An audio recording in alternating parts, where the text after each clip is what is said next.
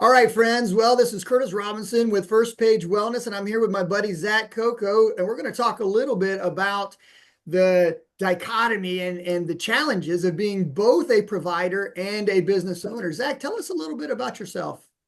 Hey, my name is Zach Coco, and I own New Path Mental Health and Wellness. We've got clinics out of Little Rock and Conway in Arkansas. And yeah, like Curtis just said, I am both a provider and the practice owner. So it's definitely a lot to juggle in a lot of different ways, but we just make it work. Yeah, great. I want to share a very interesting piece of insight. When I sold my practices back in 2021, Zach, he basically cobbled together some of the providers and some of the administrative people that had worked for me. In fact, Zach worked for us for a short while. I mean, were you with us a year before we sold? It was a little over a year, and I think everything just kind of worked out. I know when I interviewed with you and Vicky, I think one of the first things I said, eventually, I figured it would be more of like a 5 or 10 year plan, but eventually my goal was to have a practice of my own at some point.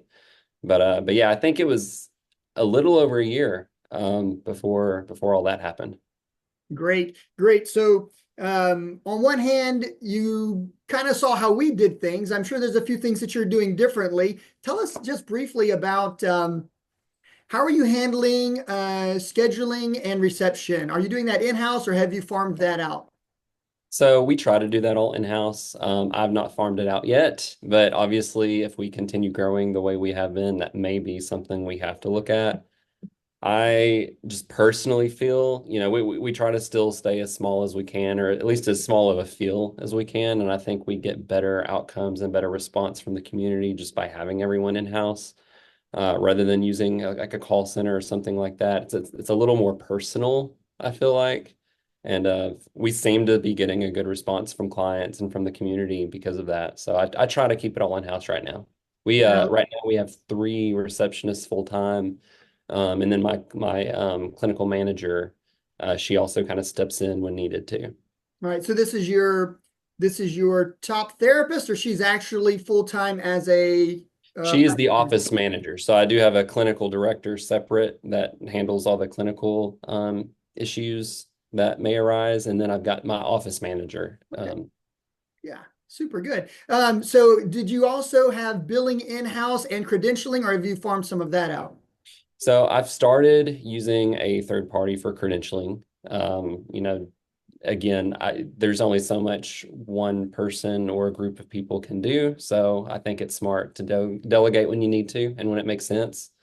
So yeah, we do delegate out the credentialing piece. It makes our lives a lot easier, but we do all of our own in-house billing. So for example, with our clients, whenever they call and have any issues or any questions or concerns with their bill, they have a live person here that has direct communication with me and our other admin team that's able to kind of work on things with the person. Again, it's kind of the personable thing, just having everyone in-house if we can. So Super great, super great. I'm curious, do you have any of our previous billing officials on staff with you today? yes. Super good. So but they've got a little bit of experience prior to coming to you. I think you knew it was a known quantity. You knew the quality of the people and you liked them. That also is super huge. And as the owner, you were like, hey, if you guys want to come work with me, this is what we've got. So that is, dude, that's brilliant. Yeah, it worked out.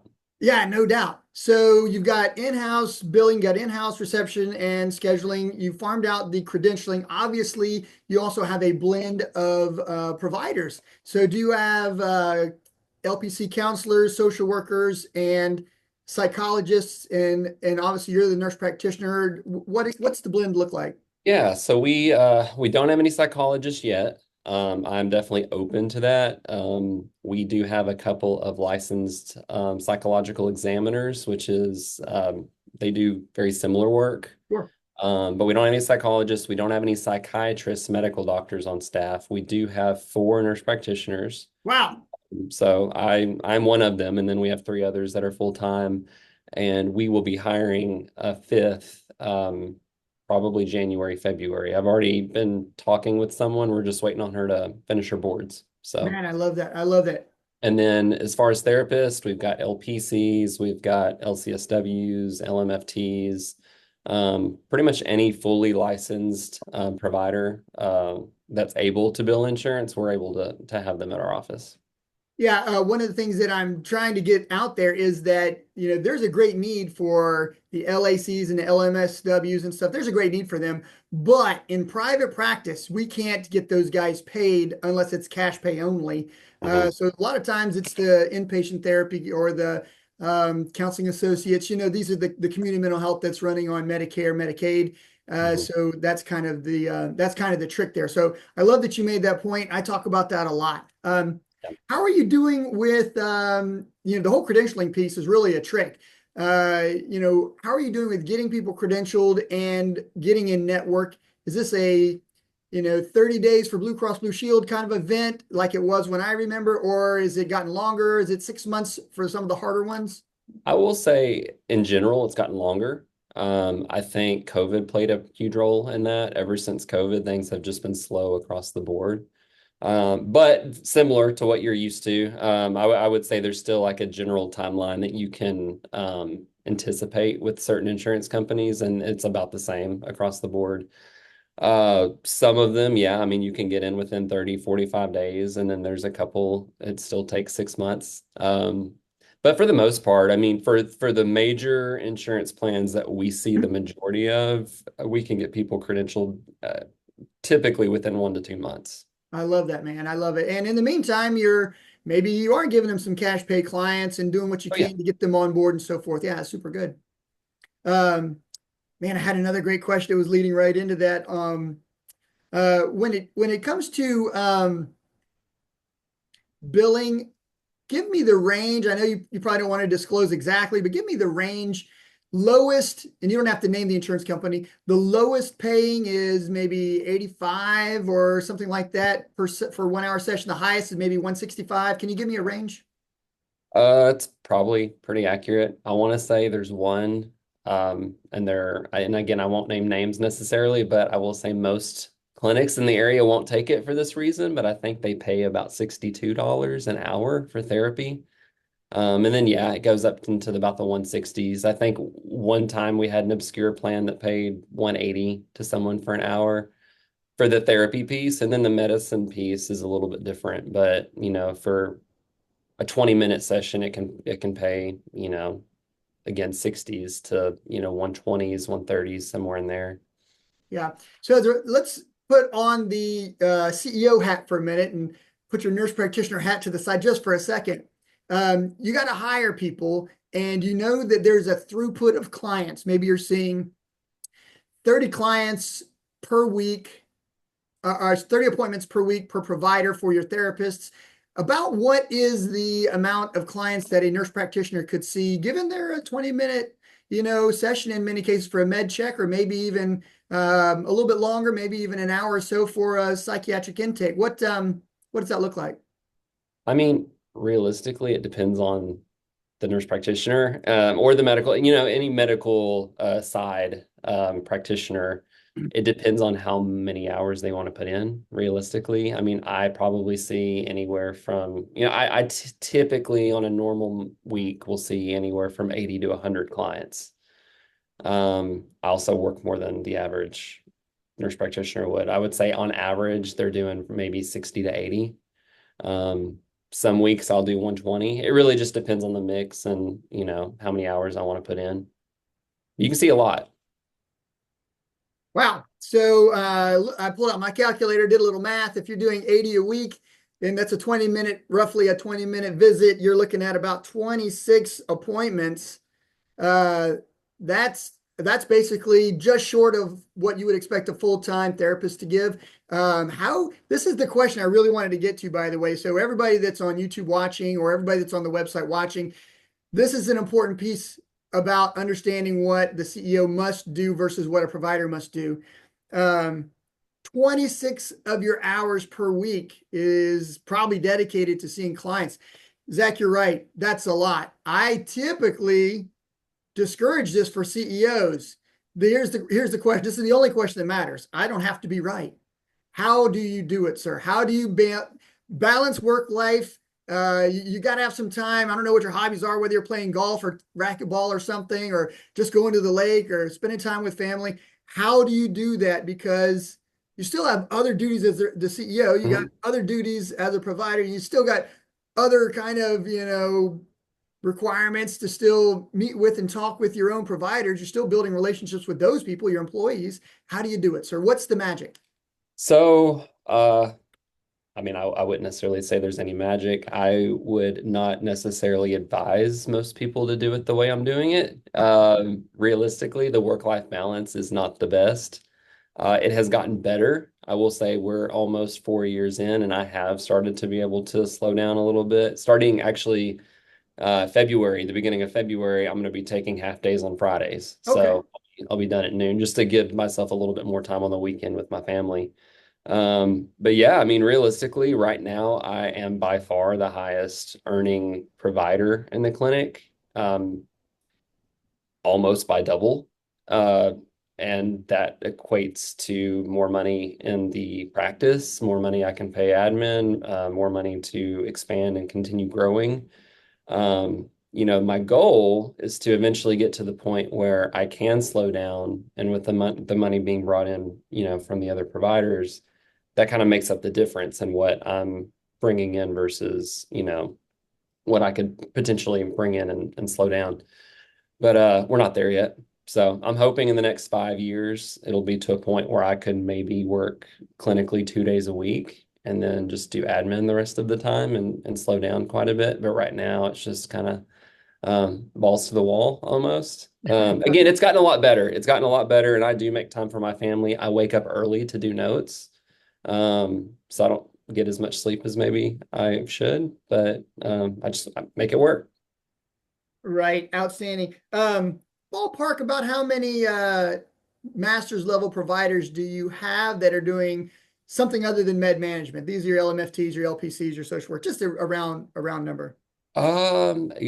We've actually recently hired some people that are finishing up credentialing. So we've got three that we're about to add to the website. I would say probably 13 total, 14 outside of nurse practitioners. And you said you got four nurse practitioners, which is pretty good, including yourself. Is that right? Yes. Wow. So the goal that I'm trying to tell people is that if you're going to run a business, there's kind of these, once you get here, things start really taking off. The number is about 10. I remember when we had 10 providers and two nurse practitioners, we were killing it. I was writing myself a distribution check. I was writing Vicky a distribution check every single month. Plus, we earned a salary. It's just the money is good. The money is good. But the bottom Mhm. line is that the strength of the practice really is in having the right number. How many people can you field in an office before you feel like you need to build a new office? For example, we had offices in Conway, North Little Rock, and Maumelle back in 2021. Have you centralized everybody in one hub? And if not, do you have other cities where you're already expanded? So we've got the two offices right now in Little Rock and Conway. I will say our Little Rock office is beyond full. So we've actually in the office building that we are currently in, there is a space that's available that would almost double our square footage. So we're in the process of trying to move upstairs to that.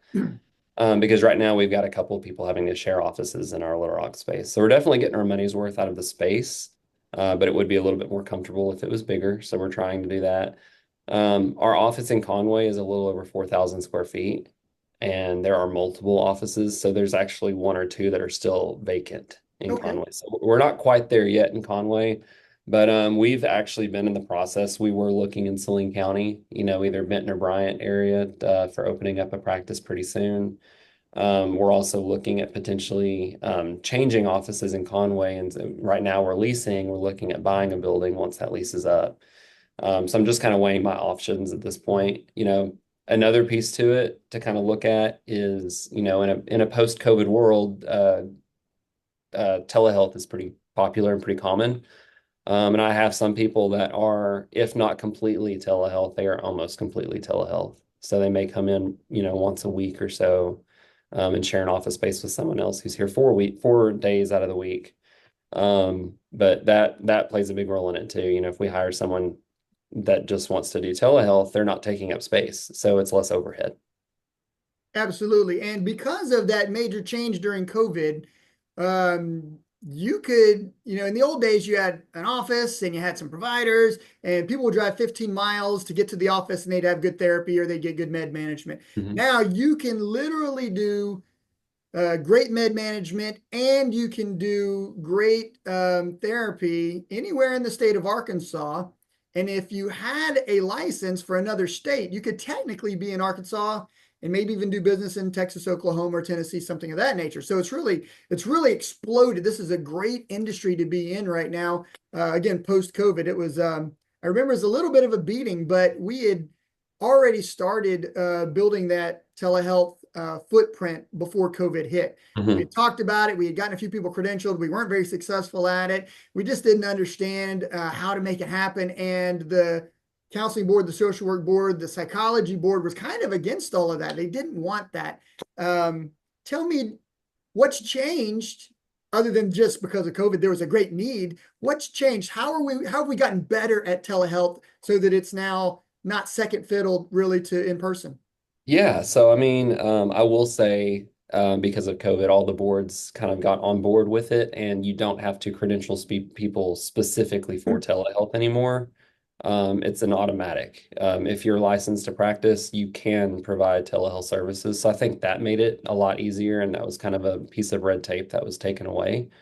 There are a lot more platforms that have come out because of it. HIPAA compliant platforms. There's a lot of pretty easy to use, user-friendly options out there now. Again, because of COVID, there was a need, so it just kind of blew up. The industry blew up.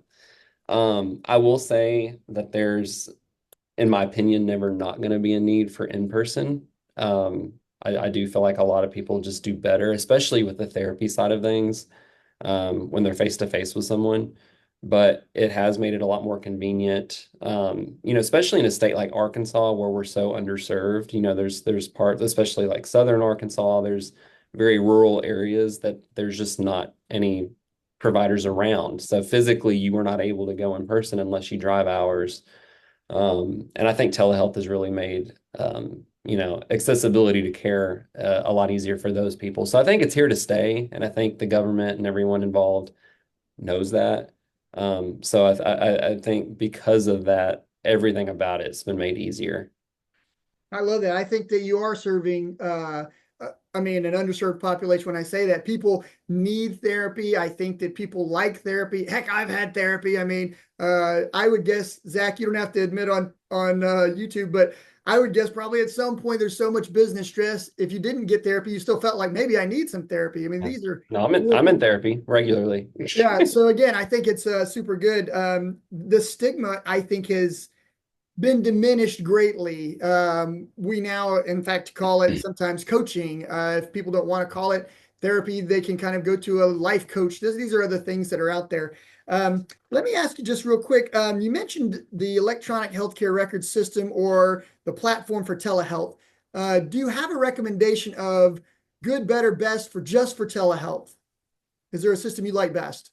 I mean, for telehealth, we use and again, I really I do appreciate my time working with ThriveWorks because it did help me a lot with opening my own business. It gave me a pretty big head start. But we use Therapy Notes in my clinic, which is the same that we used at ThriveWorks. Just it's very user friendly, and just like everyone else, they developed their own telehealth system. Oh, okay. So yeah, so we're using telehealth through the EHR. So personally, I like that just because it's all integrated. We have automatic reminders that goes out to clients, so they get a link automatically. Everything is just very organized and easy rather than having multiple different things for clients to keep up with, multiple different websites or apps or whatever. It makes it all streamlined. Everything just kind of flows. So we like using our EHR system. I do have a couple of clinicians that use Zoom as well. There's a free version of Zoom that you can get that's HIPAA compliant.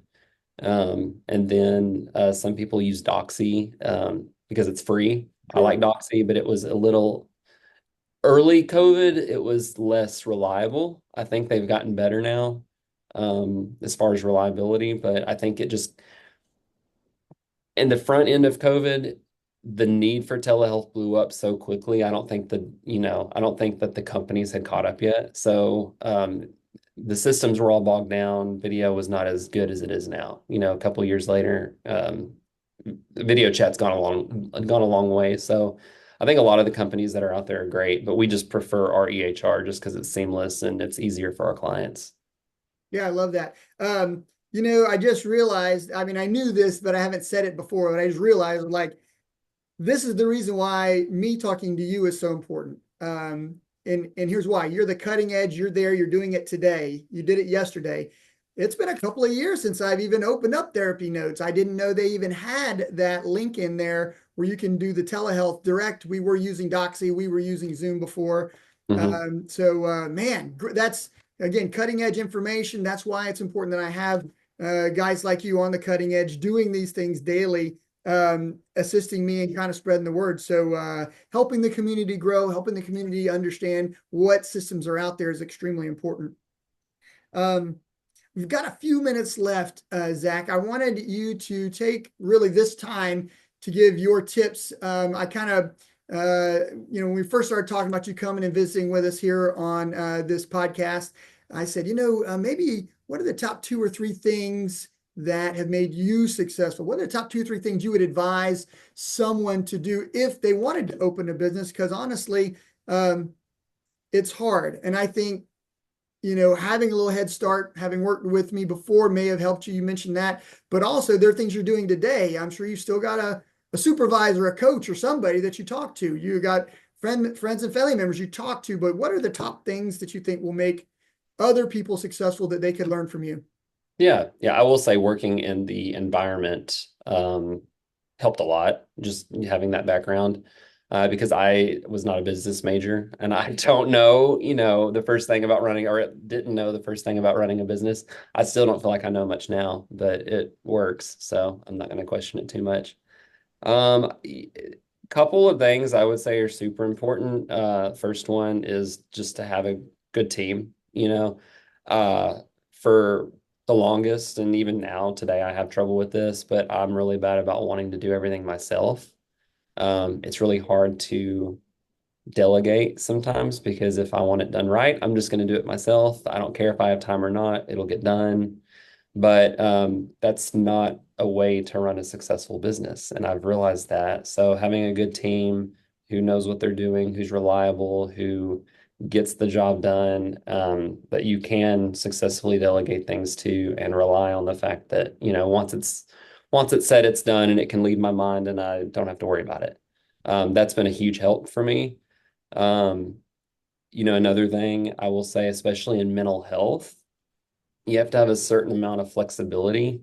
Sometimes I can be, kind of rigid in my thinking, but I try to be open-minded. And I have a group of people around me. It's basically like our upper admin team. I don't make any decisions on my own. If I want to do something or if I have an idea, I run it by them first, and we kind of talk through all the potential issues with that or potential benefits from that before we make any kind of changes or decisions in the business. So being flexible and being open, but also having boundaries, and that goes with dealing with clients too, in mental health. You can deal with a lot from clients sometimes and from employees. So having a certain amount of flexibility with them, but also having good boundaries that you don't cross. Um, you know, if you don't have good boundaries, it's really easy to get ran over in this field. And again, you can't have a successful business if you let everyone, dictate how you run your office. And then realistically, just having a passion for the field. Owning a business uh, in and of itself is hard. But I feel like owning a business in mental health care is even harder. And, for me personally, working as a clinician, having to deal with clients all day, every day on top of, dealing with the business. If you don't love what you do and if you don't have a passion for it, you're gonna burn out and you're gonna fail. And that's, don't even take the time to go into it if you don't have a passion for it because you will fail and don't waste your time. So Man, I love that every one of those things. I not only agree 100% with. Those are things that I use in my life. I really do. Trust me, as a former military officer, I was taught how to delegate, and I know how important delegating is. But still, I like you. If you want it done, you kind of do it yourself. I mean, you're right. I understand. Um, you hit on something interesting. You said that you go to your team and you don't make any decision without some sort of input, which I love and I agree with. But I want to ask you, is not really a trick question, but I really want to ask you to get clarification. Is it a democracy where mob rules, or is it just a great team with a strong CEO? I would say it's that one. At the end of the day, I make the final say.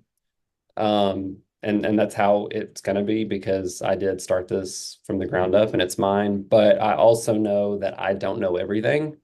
So I definitely want input from people, and I try to remind myself every day that, I I remind myself of that every day because it's really easy to kind of get wrapped up into things and think that you know best and just go with it and don't ask any questions. And there have been a couple of times, probably multiple times actually, where I wanted to do one thing in a situation, and after bringing it up and talking about it, something that I had not even given a thought of was brought up, that made it to where my idea would not have been the best option. We went a different way, and when it worked out, and I know that that happens, um, and I don't want to, be naive and think that it doesn't. So I try to open it up and talk about any decision, anything that we're trying to do. But at the end of the day, I'm gonna be the final say. I love it. Zack, we're running again, we're running low on time, but you keep saying such profound things that it just jogs great memories and great thoughts. And I really want to continue to hit on things. The thing that I think that we can agree on for sure is that it is your business. And while your providers want you to be successful and you want to be successful, the responsibility lies with you. And I love that you said that. You are the CEO, you're a strong CEO. I love the fact that sometimes it's just so easy to say, I'm not asking anybody because I know I'm going to get some pushback on this. I don't want to know. I'm gonna Mhm. do it my way. But the truth is you're a wise CEO by listening to your team. I do. I listen to my team today. I listened to my team when I was in my previous business, and then of course even in the military. I always consulted my men, and when you have the trust of the team, I think they really expect you to. You got to be the CEO. They want you to be. So that I think you hit that hard. Zack, do me a favor. Let's plug that business one more time. If you want, you can even give an address, or you can give, multiple addresses because I know you got two different locations if you want to. Somebody might be looking for a great therapy center, and they might be like, I did not even know that Zack was running a business here in Little Rock or right here in Conway. So give us a little more information about your business, sir. Yeah, yeah. So our Conway office, and you asked me that, and of course you're gonna catch me. I believe the address is 3025 Fountain Drive in Conway. We are behind the Walgreens on Salem, so just kind of tucked away back in there by the pond. And then our Little Rock address, we are across the street from the Heart Hospital off Shackelford. It's 10801 Executive Center Drive, and that's in Little Rock. We offer telehealth across the board over the whole state. Again, it's New Path Mental Health and Wellness. You can find us online if you Google New Path, Conway, or Little Rock. We're the first thing that pops up. Both addresses, phone number, email, all of it's online. And then also some of the services we offer, because, even though it is therapy and med management, there's a lot more to it that we offer. And it's not just those two services. So we've got everything listed online. And yeah, if anyone's looking for help, we try to be as positive and caring and as safe space for everyone. So please feel free to reach out if you need anything. I love it. Guys, this is Curtis Robbins with First Page Wellness. And again, my good buddy, Zack Coco. He's a successful business owner.